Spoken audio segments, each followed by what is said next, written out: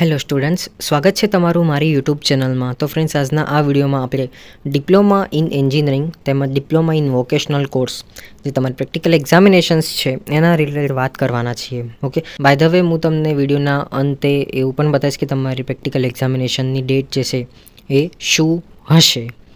Okay, આપણને ખબર છે મિત્રો કે તમારી જે ડિપ્લોમા ઇન એન્જિનિયરિંગની જે થિયરી એક્ઝામ છે એ ઓલમોસ્ટ 14 મે ના રોજથી ચાલુ થશે અને મે બી લાસ્ટ ડેટ જે છે એ કઈ છે 21 મે. આ જોવા જઈએ તો જીટીયુના એકેડેમિક કેલેન્ડર પ્રમાણે જે સેટ કરેલી છે પરફેક્ટ એ મુજબ જ લેવાય છે. ઓકે, તો જીટીયુના જ એકેડેમિક કેલેન્ડર પ્રમાણે હું એવું કહી શકું કે તમારી પ્રેક્ટિકલ એક્ઝામિનેશન જે છે એ પ્રમાણે લેવાશે. હવે ડેટ શું હશે એવું તમને વિડીયોના અંતે કહું છું, બટ એ પહેલાં તમે આ સર્ક્યુલર ઉપર જુઓ. આ સર્ક્યુલર બેઝિકલી 3 મે ના રોજ પબ્લિશ કરવામાં આવેલું હતું. ઓલરેડી આ સર્ક્યુલરમાં નામ જ એનું મેન્શન કરેલું છે કે ભાઈ diploma in engineering and diploma in vocational theory and practical examination centre for summer 2024. Okay, તો સૌથી પહેલાં જે છે તમારે અહીંયા ટેબલ એ ઉપર ફોકસ કરવાનું છે. ડોન્ટ વરી મિત્રો, હું આ જે પીડીએફ છે આની લિંક હું ડિસ્ક્રિપ્શન બોક્સમાં મૂકી દઈશ, તો જેથી કરીને તમને આમ તકલીફ ના થાય કે આમ ઇન્સ્ટિટ્યૂટ નામ જે છે તમારે સર્ચ કરવાની જરૂર નહીં પડે.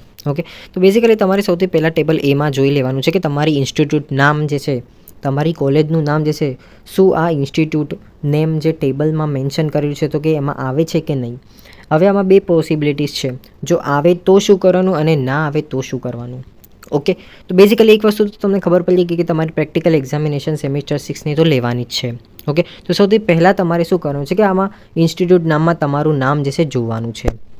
ઓકે, શું કરવાનું છે, તમારી ઇન્સ્ટિટ્યૂટનું નામ જે છે જોવાનું છે. હવે હું પહેલી કન્ડિશન એવું માની લઉં છું કે મારી કોલેજ જે છે એ છે LJ પોલિટેકનિક અમદાવાદ, એટલે કે આ લિસ્ટમાં છે, ઓફકોર્સ છે, રાઈટ. 3 નંબરના સિરિયલ ઉપર ડિપ્લોમા ઇન એન્જિનિયરિંગ, અહીંયા ઇન્સ્ટિટ્યૂટ નેમમાં LJ પોલિટેકનિક અમદાવાદ, જે મેં તમને કીધું કે આ એક પોસિબિલિટીઝ છે કે આમાં મારું નામ છે. ઓકે, તો હવે આ કોલેજનું એક્ઝામ સેન્ટર મારે જોવાનું કયું છે, તો એ LJ Institute of Engineering and Technology એ જ છે. ઓકે, સપોઝ કરો કે હું કોઈ બીજું ઉદાહરણ લઉં છું કે આ પારુલ પોલિટેકનિક ઇન્સ્ટિટ્યૂટ વાઘોડિયામાં હું સ્ટડી કરું છું. એનો મતલબ એવો કે આ પીડીએફમાં જે આ વાળું 42 નંબરની સિરિયલ છે એમાં મારી કોલેજનું નામ છે. ઓકે, તો મારે એનું એક્ઝામ સેન્ટર આવેલું છે sigma institute of engineering, right. તો બેઝિકલી તમને એક વસ્તુ તો ખબર પડી ગઈ કે મારું એક્ઝામિનેશન સેન્ટર કયું થશે, સિગ્મા ઇન્સ્ટિટ્યૂટ ઓફ એન્જિનિયરિંગ. હવે જે મેં તમને કીધી હતી કે આ પોસિબિલિટીઝ છે એવી કે જેમાં મારું ઇન્સ્ટિટ્યૂટનું નામ મેન્શન કરેલું છે. હવે બીજી પોસિબિલિટીઝ એવી છે કે મારે આમાં ઇન્સ્ટિટ્યૂટનું નામ મેન્શન કરેલું નથી. ઓકે, આ પીડીએફમાં મારી કોલેજનું નામ મેન્શન કરેલું નથી. તો હવે આ કેસમાં શું કરવાનું, તો તમારે ચિંતા કરવાની કંઈ જરૂર નથી. જો ઇન કેસ તમારે એક્ઝામિનેશન સેન્ટરમાં અહીંયા તમારું નામ નથી, એટલે કે તમારી કોલેજનું નામ નથી, તો તમારે તમારી જ કોલેજમાં તમારી પ્રેક્ટિકલ એક્ઝામ થશે. Got it? I just hope કે તમને અહીંયા સુધી ખબર પડી ગઈ હશે. સિમ્પલ હતું. જો તમારું કોલેજનું નામ આ પીડીએફમાં આ ટેબલમાં અહીંયા ઇન્સ્ટિટ્યૂટ નેમની જગ્યા ઉપર છે, તો તમારી એક્ઝામિનેશન સેન્ટર કયા હશે, અહીંયા જે મેન્શન કરેલું હશે એ હશે.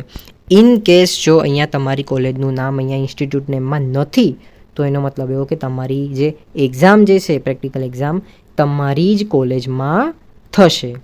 ઓકે, હવે જેમ મેં તમને પ્રોમિસ કર્યું હતું કે વિડીયોના અંતે હું તમને કહીશ કે તમારી ડિપ્લોમા ઇન એન્જિનિયરિંગની પ્રેક્ટિકલ એક્ઝામિનેશન ક્યારે થવાની છે. તો બેઝિકલી ફ્રેન્ડ્સ, તમે ધ્યાન દેજો, જીટીયુના એકેડેમિક કેલેન્ડર પ્રમાણે જોવા જઈએ તો 1 જૂનને તમારી એક્ઝામ પ્રેક્ટિકલ થશે. Got it? એટલે કે તમારો એક્સટર્નલ વાઇવા જે છે 1 જૂનથી થશે. આઈ જસ્ટ હોપ કે તમને જે કન્ફ્યુઝન હતી એ ક્લિયર થઈ ગઈ હશે. અને જો તો પણ કંઈક કન્ફ્યુઝન તમારા માઇન્ડમાં હોય તો તમે મને ઇન્સ્ટાગ્રામમાં પણ મેસેજ કરી શકો છો, કાં તો પછી તમે આ જ વિડીયોના કોમેન્ટ સેક્શનમાં પણ તમે કોમેન્ટ કરી શકો છો. ઓકે, આઈ જસ્ટ હોપ કે તમને આ વિડીયો ઇન્ફોર્મેટિવ લાગ્યો હશે. જો ખરેખર ઇન્ફોર્મેટિવ લાગ્યો છે તો પ્લીઝ તમે મારી યુટ્યુબ ચેનલને સબસ્ક્રાઈબ કરી દો અને પ્લીઝ તમે તમારા મિત્રો સાથે પણ આ વિડીયોને શેર જરૂર કરો. Thank you so much for watching my video.